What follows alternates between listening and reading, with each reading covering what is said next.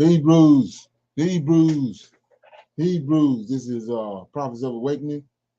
This is our Israelite Women Advanced Bible Study night, Thursday night, the 8th of September 2022. We're going to be reading out of 1 Kings chapters 9 and 10 for our Bible reading later on in the class. I'm asking everybody to check out Prophets of Awakening channel on YouTube. And our videos have a lot of information in them. The videos will connect dots for you, bring you into the truth of the scripture.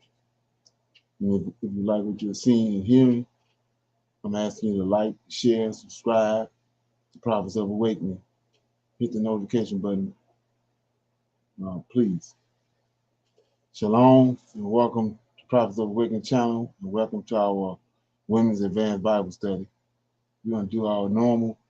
That's a moment of silence or prayer, Psalms, and then we'll do a little a women's health moment.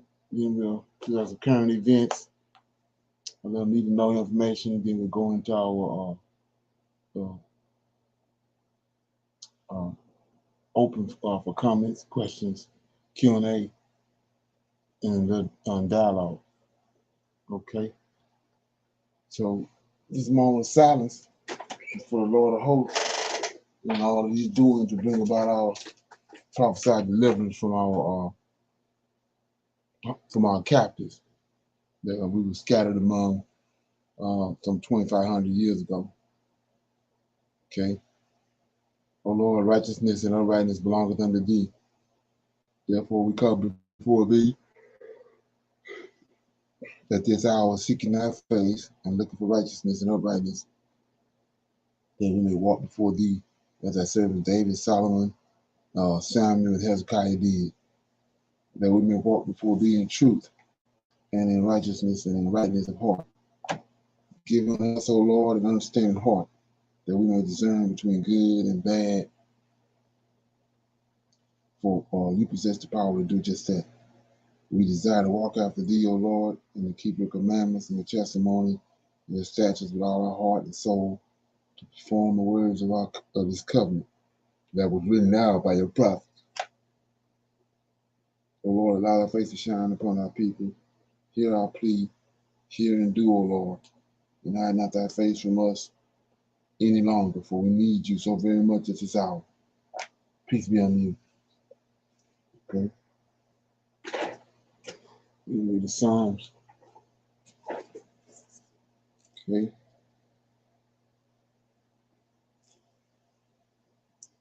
We read Psalm 28. Psalm 28. It's a Psalm of David. It's a prayer for God's help. It says, "Unto thee will I cry, O Lord, my rock. Be not silent to me, lest if thou be silent to me, I become like them that go down into the pit.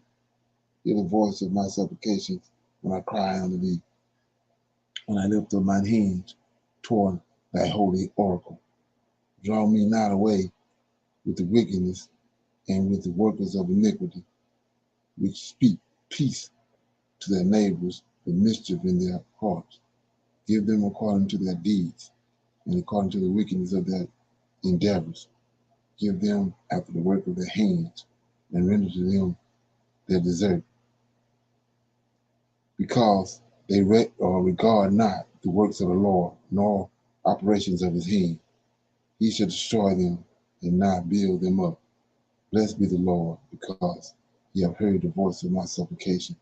The Lord is my strength and my shield. My heart trusteth in him. I am helped. Therefore my heart greatly rejoiced, and with my song will I praise him. The Lord is their strength, and he is the saving strength of his anointed. Save thy people, and bless thine inheritance. Feed them also, and lift them up forever." So that was Psalm 28. It's a prayer for God's help, a Psalm of David. Anybody have any comments on that? I think we was talking about this maybe Tuesday night when we were talking about, they have us, when we pray, we bow our heads, put our hands together, but we could see right here when it says, when I cry to you, when I lift up my hands towards your holy sanctuary. So we can see that David is always, lifting up his hands. He don't Right. bow his head and put his hands together and be on his knees. If he's on his knees, his hands are lifted. Right. Exactly. Hmm. Exactly. So that's that. We even seen Solomon done that.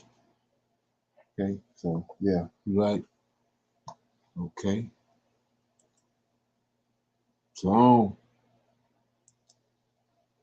So with that being said, we're gonna go to our women's health moment. You know, get us a little understanding out of that. Okay, shalom, everyone. Tonight I'm gonna discuss how being happy makes you healthier.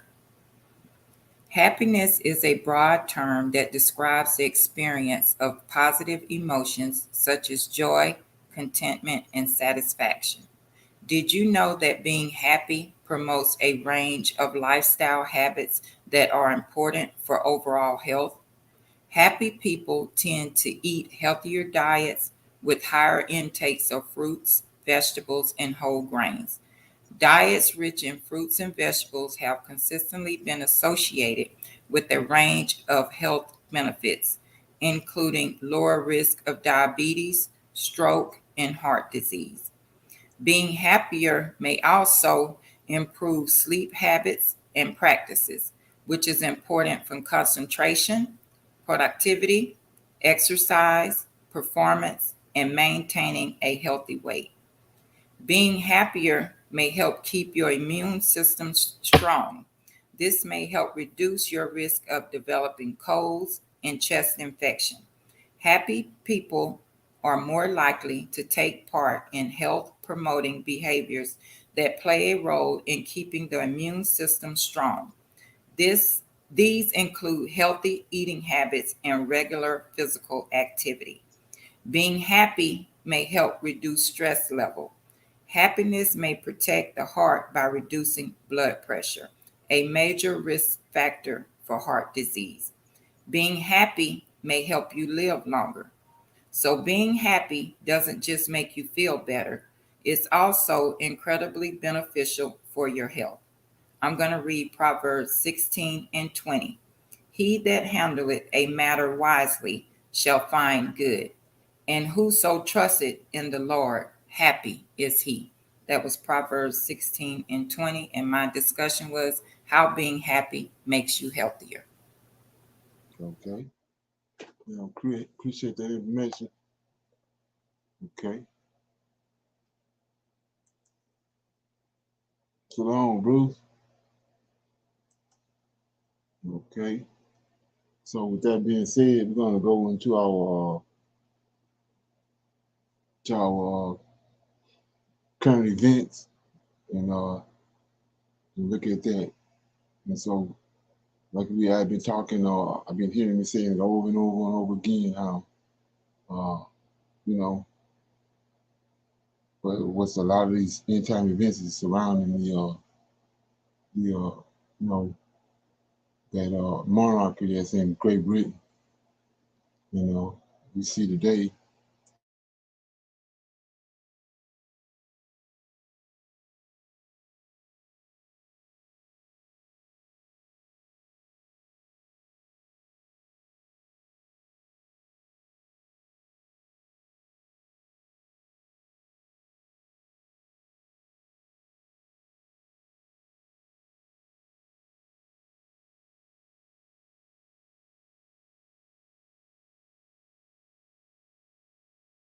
Breaking news this afternoon, Queen Elizabeth II has died at the age of 96. A live look now from London as mourners pay their respects. For many British citizens, she is the only monarch they've ever known, sitting on the throne for 70 years. And we have team coverage from around the world and right here in Houston. We want to send it over now to CBS News correspondent Ian Lee. He's live in London with the latest now. Ian. Despite the downpour of rain, thousands of people are still coming down here to Buckingham Palace. They're leaving flowers, not only here, but also at the Queen's residence out in Windsor. This is a nation in mourning. Palace officials say the Queen passed peacefully this afternoon and that she was surrounded by her family. Members of the royal family rushed to Scotland to be at the Queen's side in her final moments. Her son Charles now takes the throne as the family and the nation mourn the loss of the 96-year-old monarch. We've all known just one queen. She's the person we've always looked up to. Oh, it's a sad day. Buckingham Palace said in a statement, the Queen died peacefully. The news somberly announced by the BBC. A few moments ago, Buckingham Palace announced the death of Her Majesty Queen Elizabeth II. The announcement came just 2 days after the Queen's last appearance, when she appointed Britain's new Prime Minister, Liz Truss. We usher in a new era in the magnificent history of our great country, exactly as Her Majesty would have wished, by saying the words, "God save the King." Here at Buckingham Palace, crowds gathered in the rain for much of the day, waiting for news about a queen who remained popular up to the end. She pledged her life to this country, and she led this country with great reverence and duty and respect and honor, and I just don't know if that would be another like her.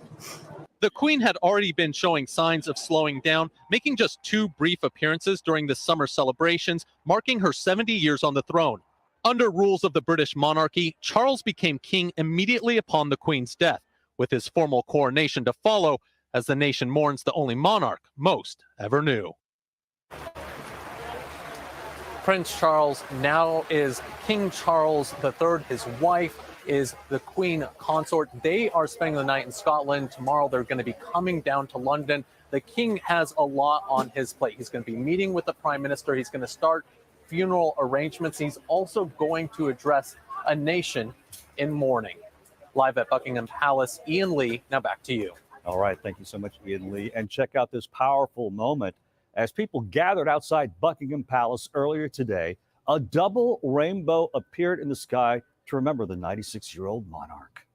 And here in Houston, we are remembering the Queen's first and only visit to the Lone Star State 31 years ago. From downtown Houston to Johnson Space Center, she and her husband, Prince Philip, got a Texas-sized welcome. Queen Elizabeth II was the first British monarch to ever visit Texas, and the BBC covered the royal trip in 1991 as Space City welcomed the Queen and her husband, Prince Philip, with the parade at Houston City Hall, where she also spoke with first graders from West Lawn Elementary. The royal couple joined a packed sanctuary at the historic Antioch Missionary Baptist Church downtown in the 4th Ward for a gospel concert. And they also toured Johnson Space Center, which included going into mission control. The trip wrapped up with a private dinner at the Museum of Fine Arts, where Governor Ann Richards joined the Queen. Then it was on to Dallas, where she went to a ball game with President George H.W. Bush.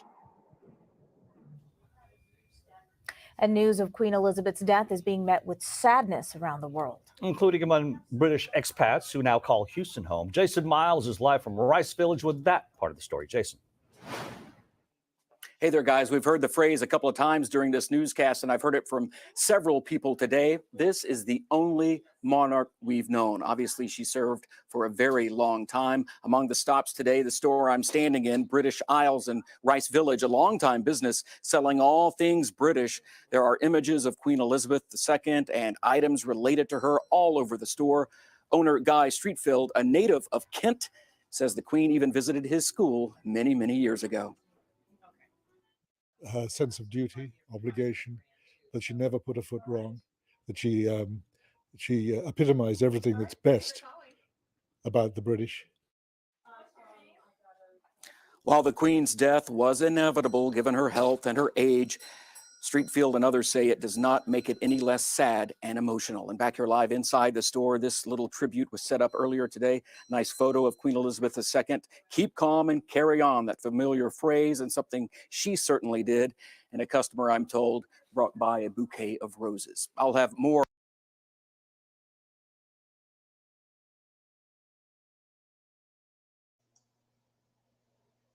Okay. Any comments on that? Anybody heard the news? Yeah, and I don't know if you guys had saw this video about a month or so ago. They was doing some videos about what happens when the Queen of England dies, and it tells you, you know, what they do, how the news broadcasters are gonna dress, how they're gonna announce it, and all of that. So, you know, they always kind of give us a heads up. We just don't pay attention to it. So yeah, it is not surprising to me. Okay. And those videos came out like about a month or so ago. Right. You still can watch it now. You want to just type it in, go to YouTube and type in what happens after the Queen dies. Okay. You'd be amazed at what they got how it's set up too. Okay. Right. Yeah. So got another one here.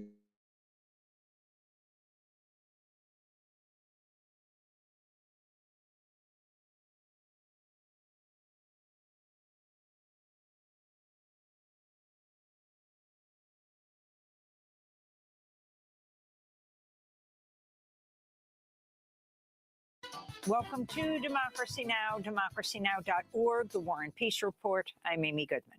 The International Atomic Energy Agency is calling for a safety and security protection zone to be immediately set up around the Russian-held Zaporizhzhia nuclear power plant in Ukraine in order to avoid a nuclear disaster at Europe's largest nuclear power plant. The IAEA issued a report Tuesday on the dire conditions at the plant after investigators visited the site last week. Russia and Ukraine have accused each other of attacking the plant, which has been controlled by Russia since March. IAEA Director General Rafael Grossi spoke Tuesday. The physical attack, wittingly or unwittingly, the hits that this facility has received and that I could personally see and assess together with my experts is simply unacceptable. We are playing with fire, and something very, very catastrophic could take place.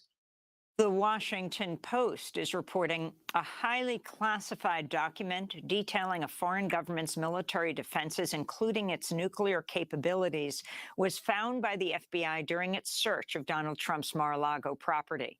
The Post reports some of the documents uncovered were so sensitive that even many senior national security officials would not normally have access to them. The FBI has also revealed it found 48 empty folders marked classified during its search. A state judge in New Mexico has removed a county commissioner from power for taking part in the January 6th attack on the U.S. Capitol. The judge ruled Otero County Commissioner Coy Griffin had violated the 14th Amendment by taking part in what the judge ruled to be an insurrection against the U.S. government.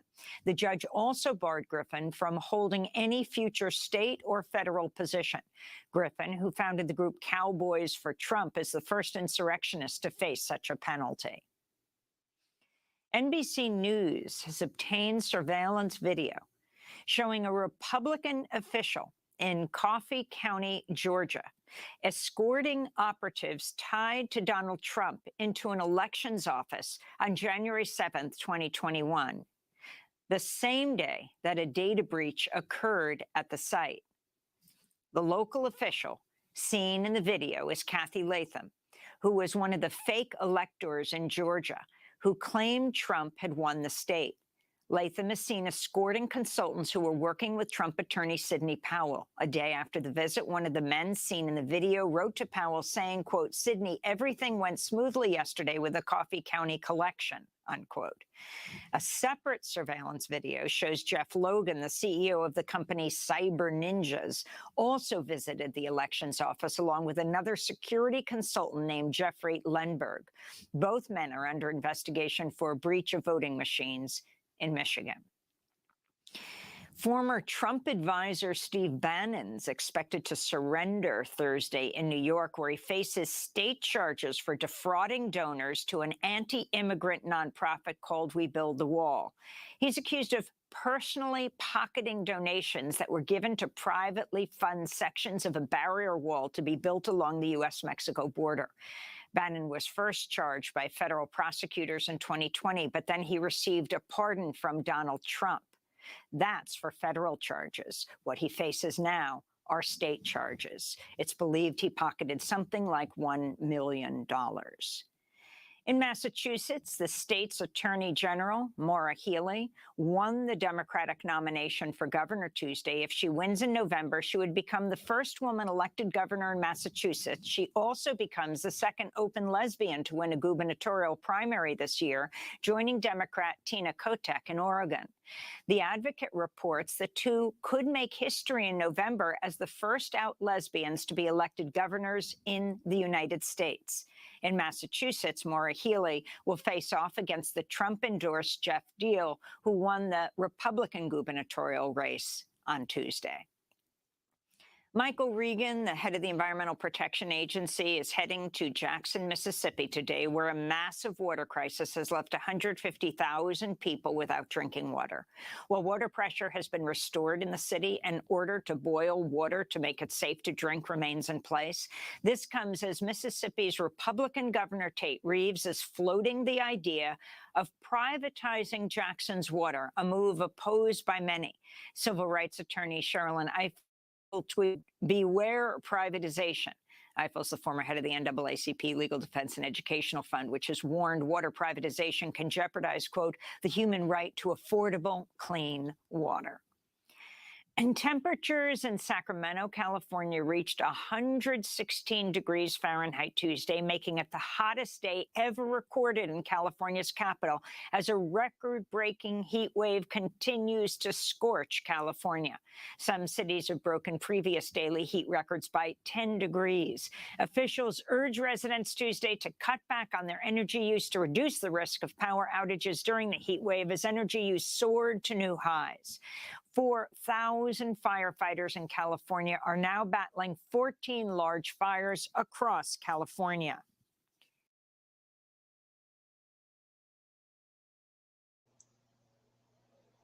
Okay.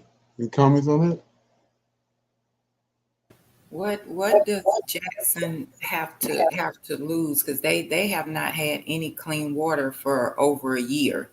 This just has not started in Jackson. So if they go to private, what do they have to lose? Right, exactly. Yeah, they don't been in that situation for a minute now. Right. I think the situation is kind of tied to the same situation that was in Detroit. I think it's a black and white thing. That's what I think it is. Because he said that they bring in civil rights leaders. Wow. And I have a question on Donald Trump. Why do you think so much information is surfacing now on what took place during the election and all of that? I mean, they knew that it was going on, but now it is being presented to the public. Yeah, well, I said, and like the guy from the video that we was watching the other day, that everything is scripted. It's all set up. It's all scripted. And it's just like it's straight out of Hollywood. All that stuff is set up and planned for what they're planning to do. They already had it planned. Like if you go back when this thing was going on about Obama's birth certificate, you think that's a coincidence that the ringleader behind all that was Trump, and then the very next president is him? Come on, everything's scripted. Yeah, they got a particular place they're going to, and they got everything all scripted. Okay.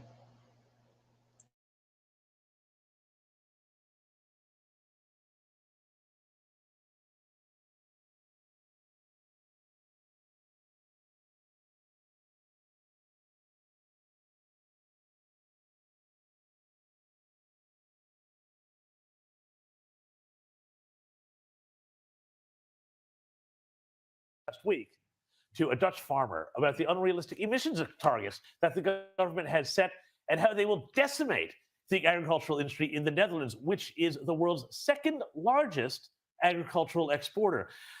But here's the thing. The reality is this is not an isolated incident. And while the ambitions of the global elites pushing radical environmental and economic agendas has grown in recent years, happily, so too has the pushback. We've seen it in growing protests over the past weeks from farmers across Europe. The overthrow of the Sri Lankan government, which, remember, wanted to turn the whole island into an organic paradise. And this, even as far back as a surprise vote, at least for the elites, in favor of Brexit and for Donald Trump in 2016. Now, this guest, I'm so excited that he's come to join us tonight. Ralph Schoelhammer is an assistant professor in economics and political science at Webster University in Vienna, and he has written a fantastic piece on the working class revolt, and he joins us now. Professor Schoelhammer, thank you so much for joining us today. Well, thank you so much for having me. And they do say that flattery is the highest form of intimidation, so consider me thoroughly intimidated. Fantastic. Now, you've written this great piece in Newsweek, and one of the things that you talk about here is that there is a malaise in the West currently, and you say that ideological goals of the elites are being pursued at the expense of the lower middle class and working classes, and you see truckers in Canada rebelling against this, farmers in the Netherlands, you see people rebelling against this in the United States in different ways. You see what's happening in Germany, where they've shut off the nuclear plants for whatever reason and now are going to go into a very cold winter in just a few months. They're gratifying the elites, you write, while immiserating the working class. Tell us what is happening here. Tell us why the elites are doing this, but also what is the pushback that's happening? I mean, I think this is a larger trend. You already mentioned, Brexit and the election of Donald Trump, and those were already symptoms of that pushback. But the situation we find ourselves in, I would say it consists of 4 different groups, right? One group is the activists. I mean, those are the people who really believe that the end of the world is around the corner, and they're overrepresented in media, in academia, and in the cultural sphere. Then you have the governments and politicians, and what they do is they like to virtue signal to those people because they believe, right? Most of them are on Twitter. They're very active on Twitter. They believe that they represent a huge chunk of the population. And then you have companies who want to make a profit off of it, right? For example, I don't believe that Unilever cares particularly about the environment, but it's something they have to say because they wanted to pander to a specific clientele. So you have a kind of a Bermuda triangle of ideology that consists of those 3 groups. And the quote unquote, when I mean, the working class or the middle class, you could also call them the people who just pay their taxes and want to live their lives, like people who don't spend a lot of time on social media. They're trapped in this because it's more and more encroaching on their daily lives. I mean, you just mentioned it, right? In Germany, to leave nuclear energy behind was a purely political, ideological position. And the people were told, oh, don't worry, we're going to replace it with wind, we're going to replace it with solar. Now it turns out that's not going to work, and they will get poorer. And I think this is part of this. They realize now that they accepted the eccentric ideas of their elites to the extent that they did not believe that it will have a negative effect on their life. But now they see this negative effect. And this is what I tried to put together in my piece, right? It's school policy in Virginia. It is, agricultural policy in the Netherlands. It is, gas prices in France. It's nuclear energy in Germany. So these things are driven by the same thing, that the people say, wait a moment, we are supposed to be democracies when we constantly vote for governments that in the end pursue goals that are interesting to, those 5% of people who are very active, like who are very much in the public eye, but the other 95% are completely ignored. And I think this is the moment now, and I'm very curious how this is going to play out. I mean, the future would be something that you just mentioned, like a social conservative working class party, like a little bit, you guys mentioned this in the previous segment. You see this with Hispanics and working class blacks in the United States. They shift GOP because they say, wait a moment, the progressives, they are in some areas, right? They're insane. This is no longer common sense. They just want to switch to a common sense party. And I think this is exactly what we see at the moment. Rita.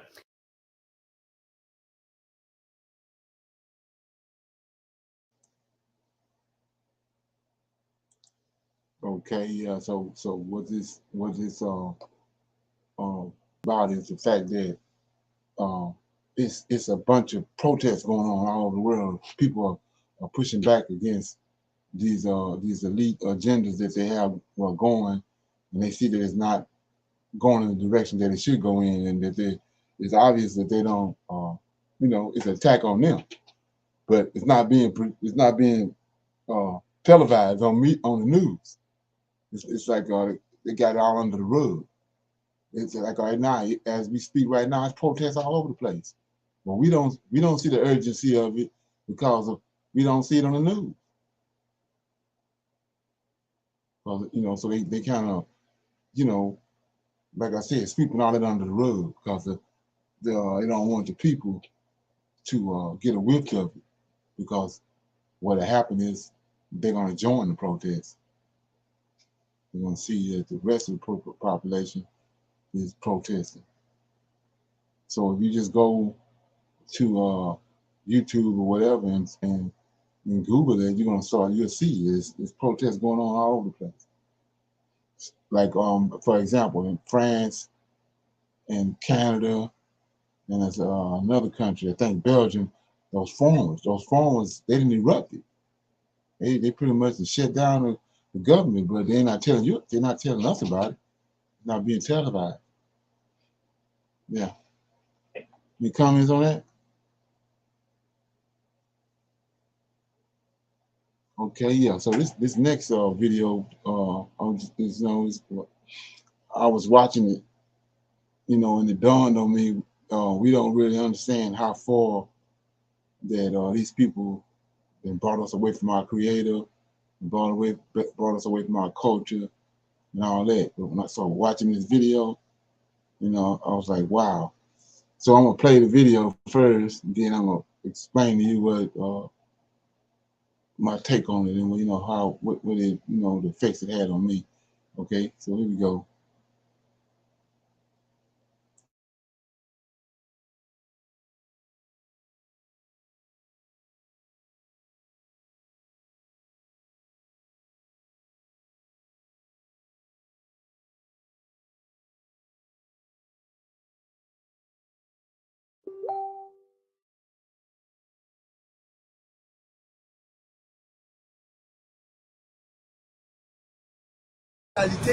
Et surtout, comme nous avons grandi pauvres, on devait croire au travail. C'est la seule. Mais chacun entre nous, nous devons comprendre que nous avons notre chance avec Dieu. Qu'il faut que nous travaillons, nous croyons que Dieu nous utilise. C'est ça mon métier à l'échelle. Ne jamais perdre espoir, ne jamais désespérer, parce que dans la vie, avec la discipline et la croyance en Dieu, tout est possible. Tout est possible. Tu peux quitter dans le ghetto, tu peux inspirer les gens dans le monde entier. Mais il faut être vrai avec toi, croire en ce que tu fais. C'est ça mon message. Je leur montre que tout est possible. Qu'ils peuvent quitter ici, là, ils sont les stars de même à Hollywood.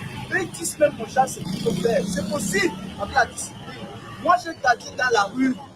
Moi, quand j'ai grandi dans la rue au Cameroun, je fumais la drogue, je volais.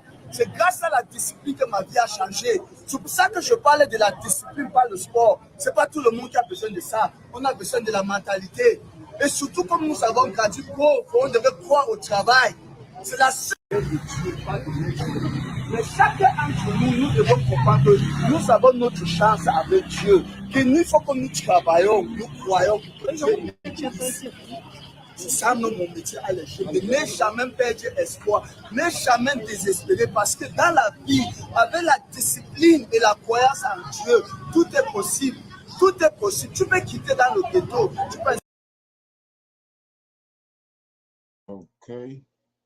So, when you go back to when the Chaldeans, Nebuchadnezzar, first came to, they came across the Judeans. And they was asking him. It's in this story. I think this story is in the book of Judith. You can go back and read it. But he was wanting to know. They didn't know nothing about the Judeans and the Israelites, and they was asking them.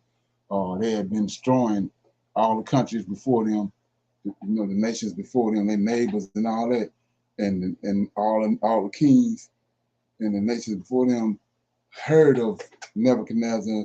And at that time, he had a different Lord of hosts, Harphan was his name. And he was asking, when they got to the Judeans, they started setting up for war. They started fortifying their cities and setting themselves up for war. So they was asking, well, who these people is, who these men are, this, who these men is that's doing this. Because, everybody else was afraid and scared of Hoffman and what he had done. And so go to when the Persians came in contact with him, even when they was in Egypt, the Egyptians came in contact with him, and then you come fast forward to the Greeks.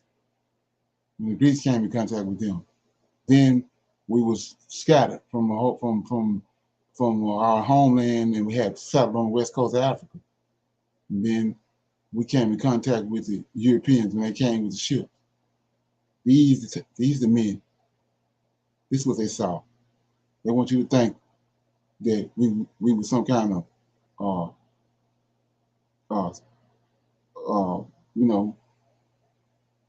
animalistic people with looking all crazy and all that. But this is what they saw.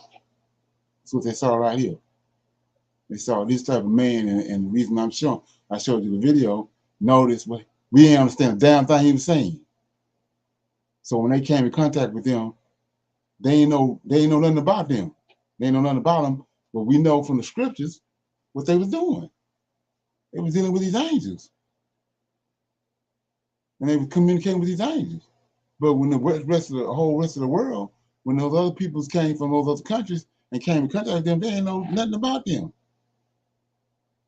So my point is this: the world found out who they was and their culture when they came in contact with them. They got hotel records. It's what you call right now the Old Testament. They got hotel records, so they understand. They said, and the scriptures tell you in Deuteronomy 28.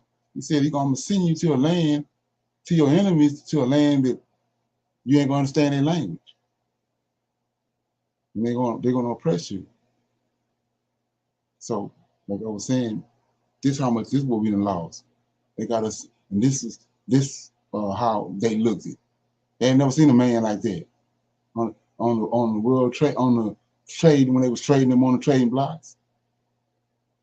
That's why they was even though they had us oppressed and had us in slavery, they was having like parties when they had those auctions. It was a big old party to them. And like I said before, the people was coming from all around. They had never seen no men like that, and women look like that. But they want you to think that we looked at another type of way. But that's how, when they came in contact with Israel, when the Most High said that he formed Adam on the ground, that's what they came in contact with. And so from umbilical cord to umbilical cord, that's how the men of Israel and Judah and looked at before all this didn't happen, these atrocities and all the intermingling and all that, picking up all this negative DNA all over the place. That's how they look. Don't let them fool you. So that's how far we didn't fail. And like I said before, nobody didn't understand nothing they were saying. Most High tell us that they had the oracles of God.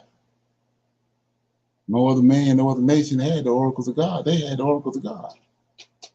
That's how far we didn't fail.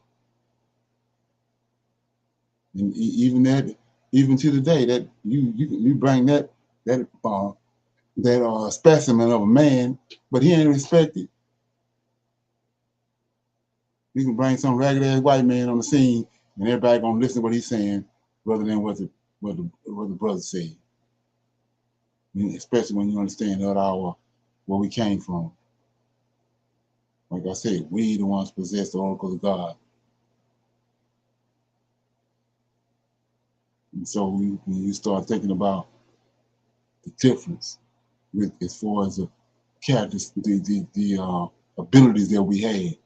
Now, with the different abilities that we have that stick out so much back then, you could see it then because you look at the dude.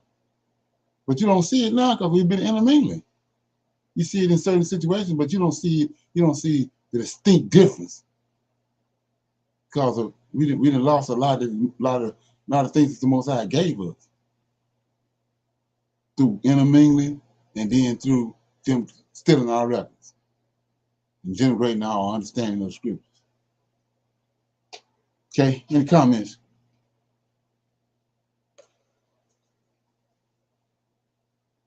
Everybody good? Okay.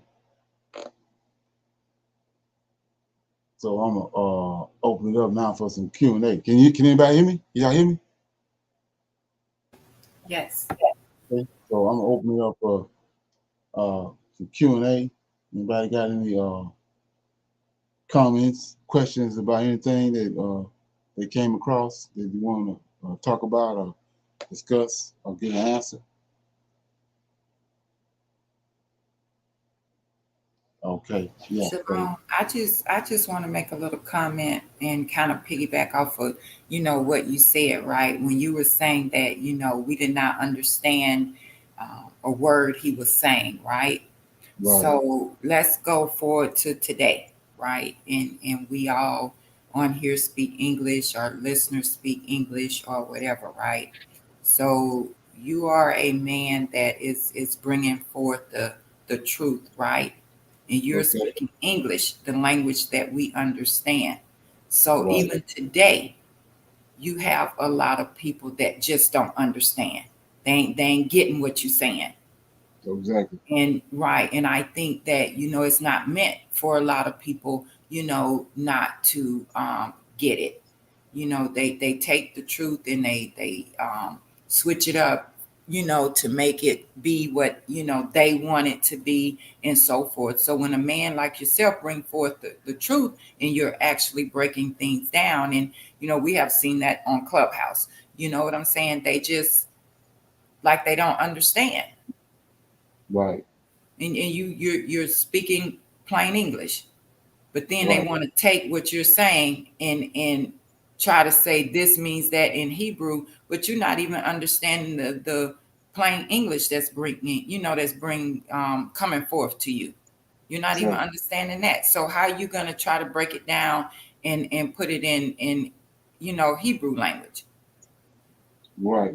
Yeah, it goes back to what I was saying. That we under attack, and we don't realize that we've been on attack from the day that we came in contact with them, because they see the difference in us and them.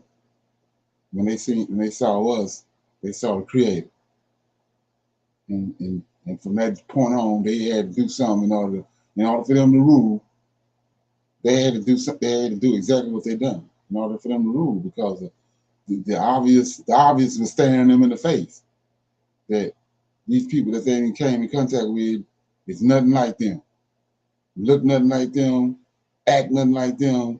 They was, like you said, he created Israel initially to be a nation of priests, kings and priests that dealt with the oracles of God. And they had all the gifts. We know all the different roles and the talents that it took for the daily operation in the temple.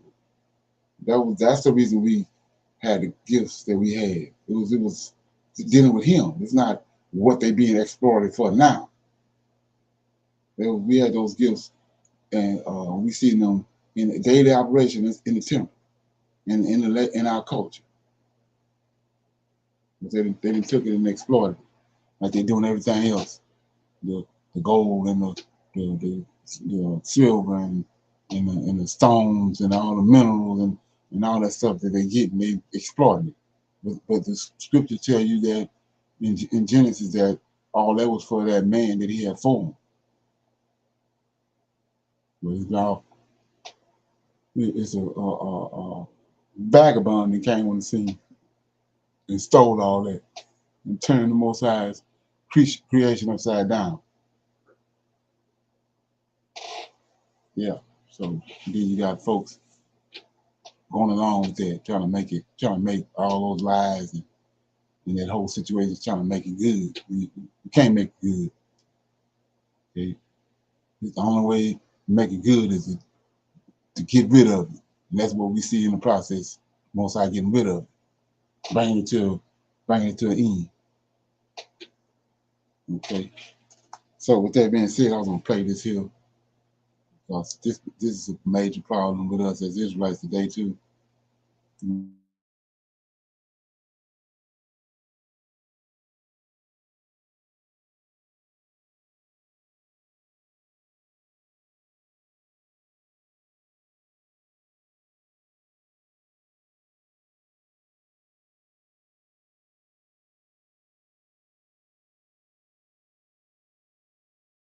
Weaver, thank you so much for taking the time to talk to us today. My first question, before we dig into the meat of this interview, you were very heavily involved in witchcraft at one point in your life. Just really quickly, for people who don't know your testimony, who don't know your story, how did you get involved in witchcraft?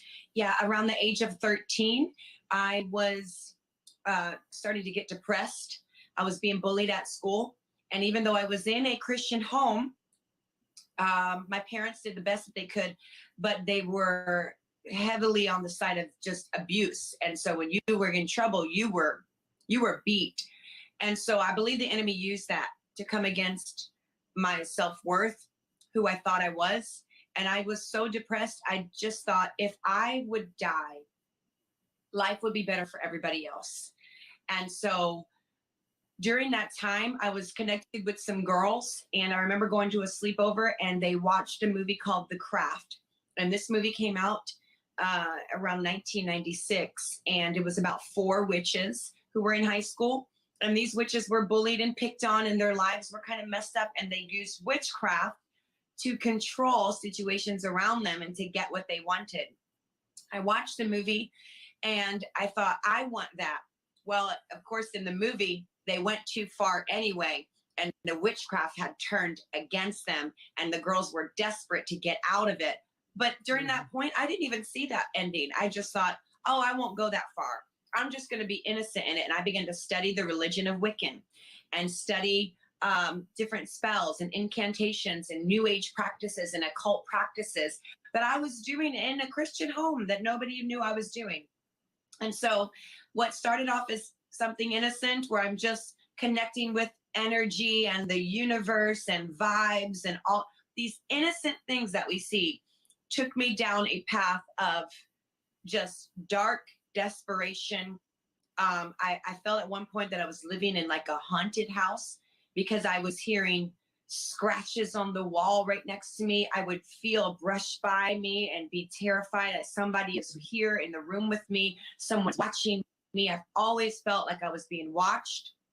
When I would wash my face for the day, it was one of the most terrifying things that I did. When I took a shower and I had to close my eyes, I was so terrified. If I had to get up in the middle of the night to get a glass of water, I would run, because I thought something's going to grab my feet. I was an adult at this point, and it took me far into drugs. I ended up being homeless and on drugs, in and out of jails and all kinds of things. For 9 years of my life, I was really in a dark place.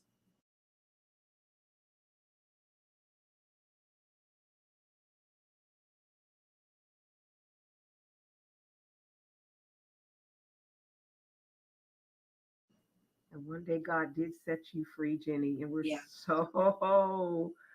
so grateful that you've renounced that and you are a minister of the gospel, an awesome worship leader. I love your testimony, and 700 Club has covered your story quite a bit. And so we're so grateful for that. But Jenny, it's so troubling to see that witchcraft and the occult is really on the rise. I mean, we're seeing it in stores. We're seeing clothing promoting, hey, I'm a good witch, or I'm a bad witch, Right. We're seeing even witches having workshops and retreats and all these things. Why do you think this has become so much more mainstream, so much more acceptable? I think media has done a good job of pushing something to the point where it is now normalized, when back in the day, something like that for you and I, it would be shocking to see. And now, because we have shows as early as, daycare age, promoting witchcraft and sorcery, and it's okay, boys and girls, say these spell words with us. And it's so ABC preschool witchcraft that it gets into the hearts and the minds of people, including the people in church, and people who are not really connected with the Lord and don't understand. They're easily deceived. And the Bible talks about even the very elect will be deceived. And so people are going to a whole nother source. That's what they're wanting. They want a healing crystal, because they don't understand that Jesus is the healer, and there's no other source that you can go to except through Jesus. And so I'm seeing a rise of this. I'm seeing it become very trending on TikTok and things like that. And there's a whole generation of people who I feel like are being rocked to sleep by the enemy. And it's just really time for the church, like what you're doing this interview, to sound the alarm and say, no, we need to wake up and we need to say, this is not right. And it's not for my home. It's not for my kids.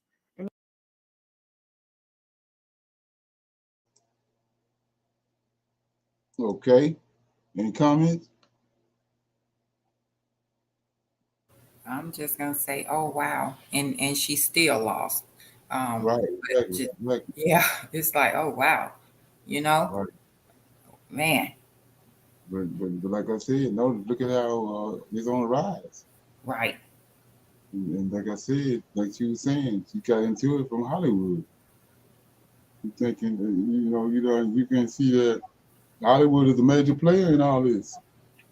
And the thing about it, you thinking that you go to the movies and watch some movies and these different movies with scripts on them, they running the scripts right in front of your face through the government and everything else. Day-to-day activity, the news and all that's scripted. All that Hollywood. Like the guy was telling us, that's where all this coming from. These people got all this stuff pre-planned, pre-scripted, take us to a certain place. And when they want us to accept something, they run a scripted play right in front of our face. And then we go for it. Now, that's how that works. The sooner you get the grasp on that and get a hold of it, then the sooner you go to the next level when it comes to the understanding of it.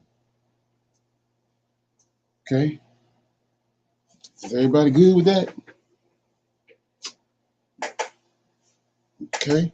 I'm gonna go to reading out of the Old Testament. I'm gonna read 1 Kings chapters 9 and 10.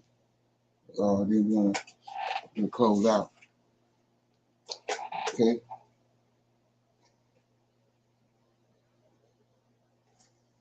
First Kings.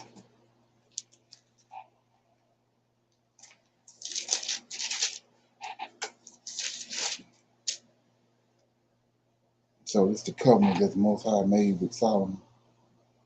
Verse chapter 9, 1 Kings, verse 1. And it came to pass when Solomon had finished the building of the house of the Lord and the king's house, and all Solomon's desires which he was pleased to do, that the Lord appeared to Solomon, and a second time, as he had appeared unto him at Gibeon. And the Lord said unto him, I have heard thy prayer and thy supplications that thou hast made before me. I have hallowed this house which thou hast built to mine eye, to put my name there forever. And mine eyes and mine heart shall be there perpetually. And if thou wilt walk before me as David thy father walked, in integrity of heart and in uprightness, to do according to all that I have commanded thee, and will keep my statutes and my judgments, then will I establish the throne of thy kingdom upon Israel forever, as I promised to David thy father, saying, there shall not fail thee a man upon the throne of Israel. But if ye shall at all turn from following me, ye and your children, and will not keep my commandments and my statutes which I have set before you, but go and serve other gods and worship them, then will I cut off Israel out of the land which I have given them, and this house which I have hallowed for my name will I cast out of my sight, and Israel shall be a proverb and a byword among all people. So what we just read right there in verses 6 and 7 is Deuteronomy 28 in our predicament, our condition we're in right now. So I've been showing over and over again how these prophets, especially in David and Solomon, how that when they come in contact with the Lord, you notice they would tell him that they worship him and they reference him and they make it known that what you said, you done it. And that's what won them over. So we see right here in chapter 9 of 1 Kings, verse 6, the Lord had told him, but if ye shall at all turn from following me, ye or your children, and will not keep my commandments and my statutes, which I have set before you, but go and serve other gods, lowercase, else, and worship them.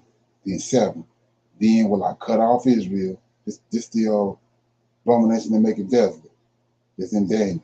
Then will I cut off Israel out of the land which I have given them, and this house. See?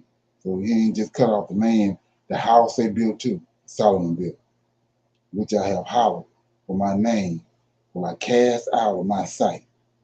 And Israel shall be a proverb and a byword among all people. That's where we are right now. We're a proverb and a byword. We call it everything but Israelites. Okay, verse 8. And this house, which is high, everyone that passeth by it shall be astonished and shall hiss, and they shall say, why have the Lord done thus unto this land and unto this house? And they shall answer, because they have forsook the Lord, their God, who brought forth the fathers out of the land of Egypt, and have taken hold upon other gods, and have worshipped them and served them. Therefore have the Lord brought upon them all this evil. Okay, verse 10. And it came to pass at the end of 20 years, and Solomon had built the 2 houses, the house of the Lord and the king's house.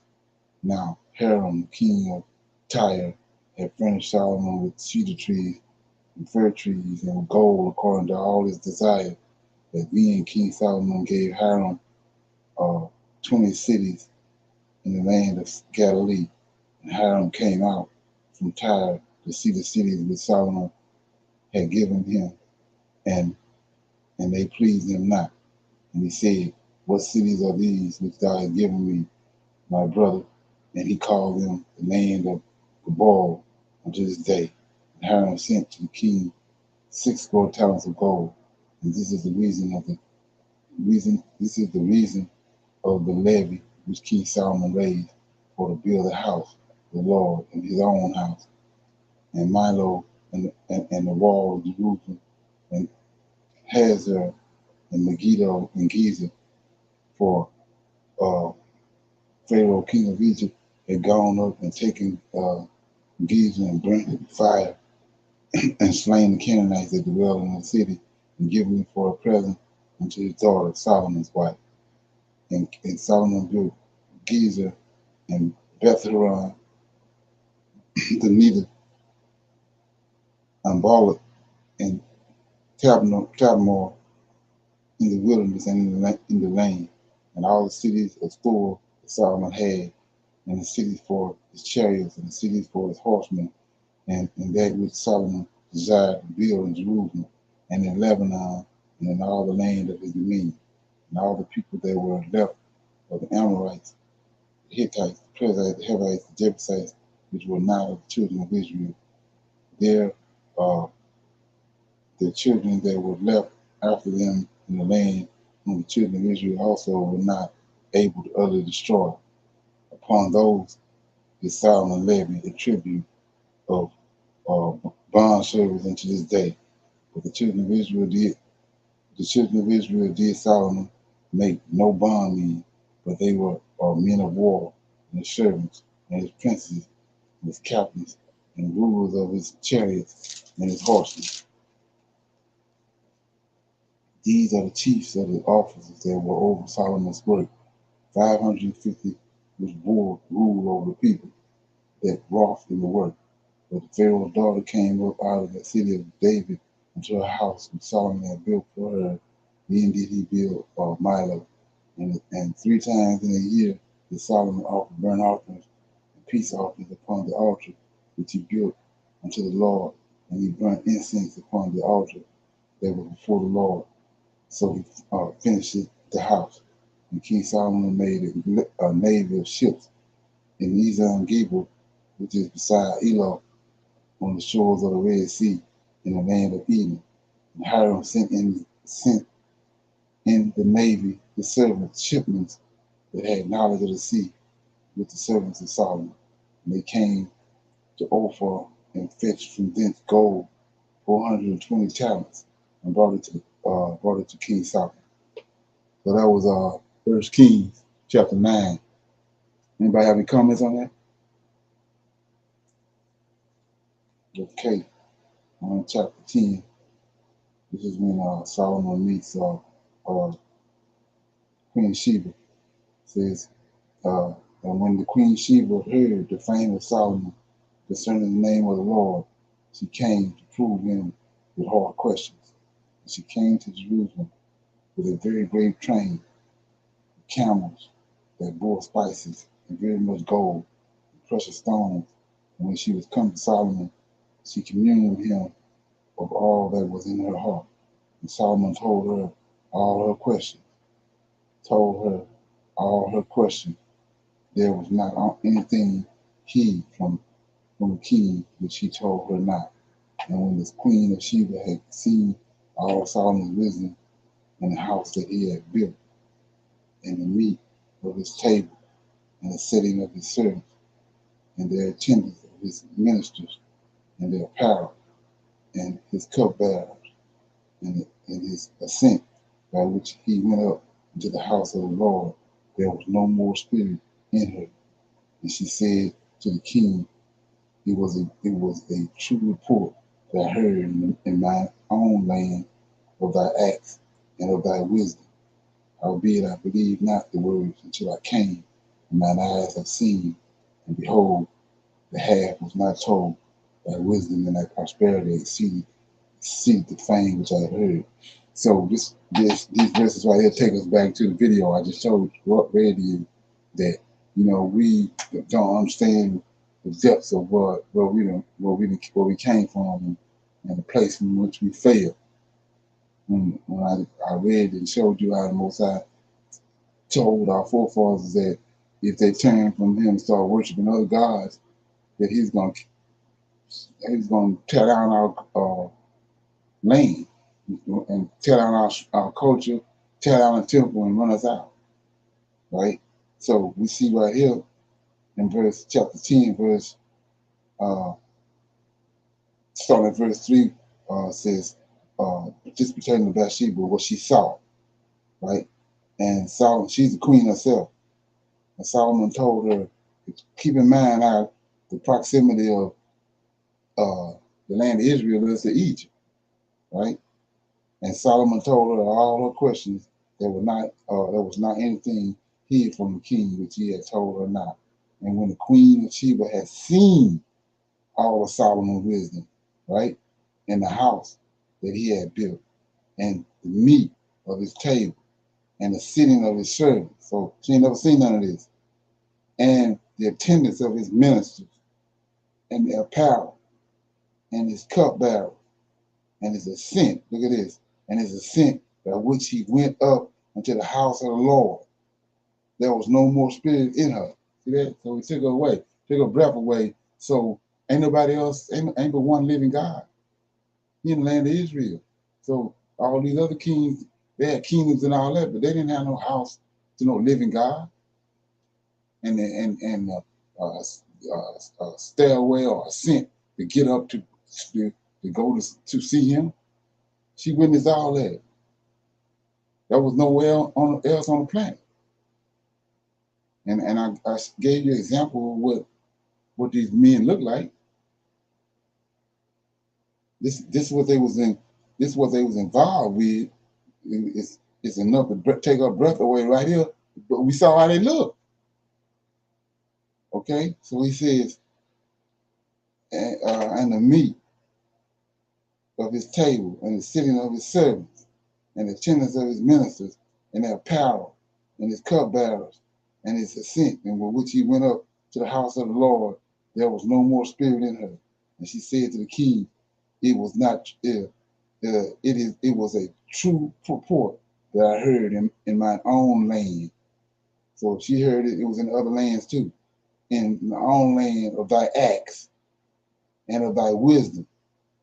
Howbeit I believed it not. I believed not the word when she heard it until I came, and mine eyes have seen it. And behold, the half was not told me. Thy wisdom and the prosperity exceeded the fame which I have heard. Happy are thy men, happy are these thy servants which stand continuously before thee, and that hear thy words. Blessed be the Lord, thy God, which delighted in thee, to set thee on the throne of Israel, because the Lord loved Israel forever. Therefore made he the king to do judgment and justice. And she gave the king 120 talents of gold, and of spices a very great store, and precious stones. There came no more such abundance of spices as these which Queen Sheba gave to King Solomon. And the navy also of Hiram that brought gold from Ophir, brought it in from Ophir great plenty of almond trees and precious stones. And the king made of the almond trees pillars for the house of the Lord and for the king's house, harps also and pastries for singers. There came no such thing, no such almond trees, nor were seen unto this day. And King Solomon gave unto the Queen Sheba all her desire, and whatsoever she asked, besides that which Solomon gave her of his royal bounty. So she turned and went to her own country, she and her servants. Now the weight of the gold that came to Solomon in 1 year was 660 talents of gold. Besides that, he had of the merchantmen and of the traffic of spice merchants, and of all the kings of Arabia, and of the governors of the country. And King Solomon made 200 targets of beaten gold, 600 shekels of gold went to one target, and he made 300 shields of beaten gold. 3 pounds of weight of gold went to one shield, and the king put them in the house of the forest of Lebanon. Moreover, the king made a great throne of ivory and overlaid it with the best of gold. The throne had 6 steps, and the top of the throne was round behind, and there were staves on either side on the place of the seat, and 2 lions stood beside the stage, and 12 lions stood before on one side and on the other upon the 6th step. There was not the like made in any kingdom. And all King Solomon's drinking vessels were of gold, and all the vessels of the house of the forest in Lebanon were of pure gold. None were of silver. There was nothing accounted of in the days of Solomon. But the king had set a sea, a navy of Tarshish, with the navy of Hiram. Once in 3 years came the navy of Tarshish, bringing gold and silver, ivory, and apes and peacocks. So King Solomon exceeded all kings of the earth for riches and for wisdom. And all the earth sought to Solomon to hear his wisdom, which God had put in his heart. And he brought every man his present, vessels of silver, vessels of gold, garments, armor, spices, horses, and mules. They rate year by year.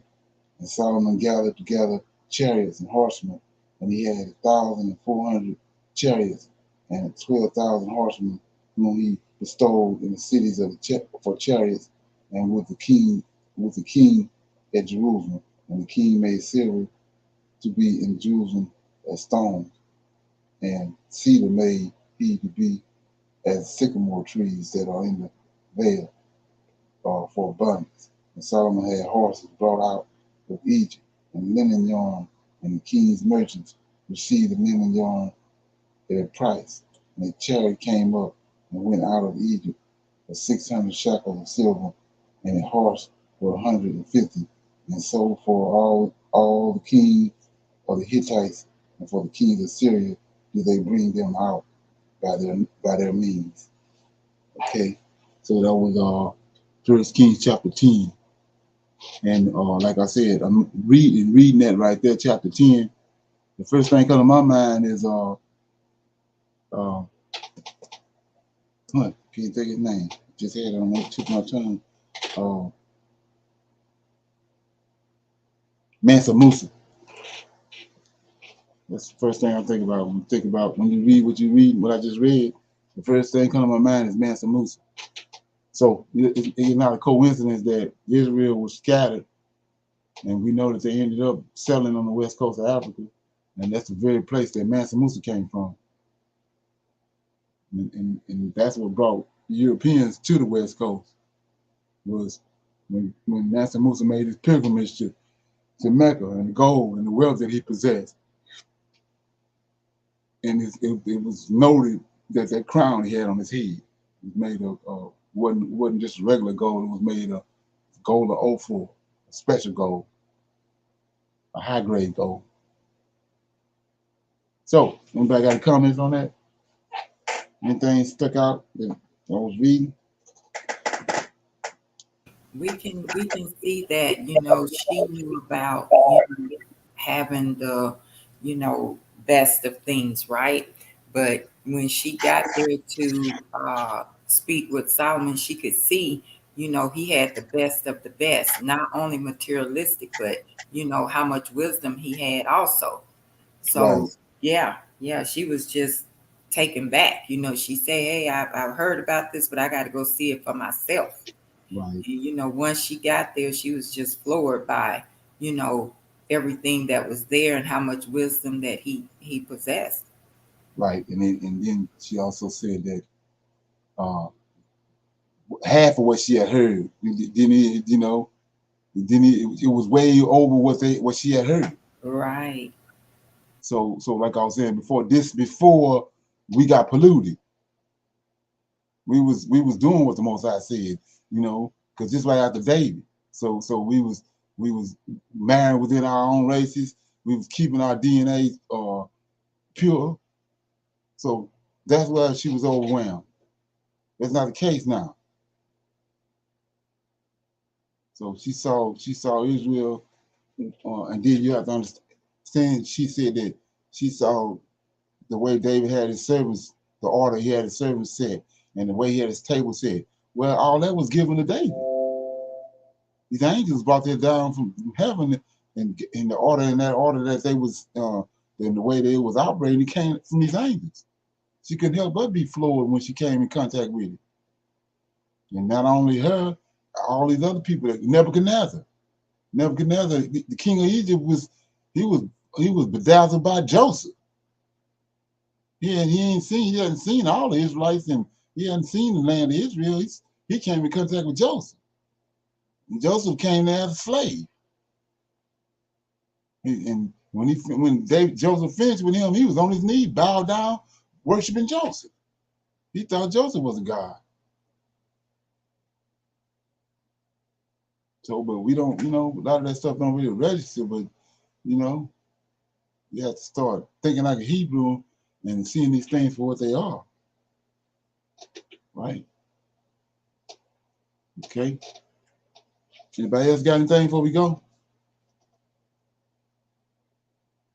Okay. So I'll hit this right here.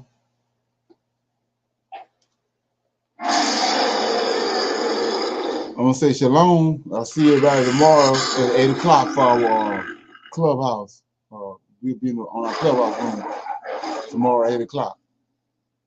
With that being said, I want to say shalom, and another shalom.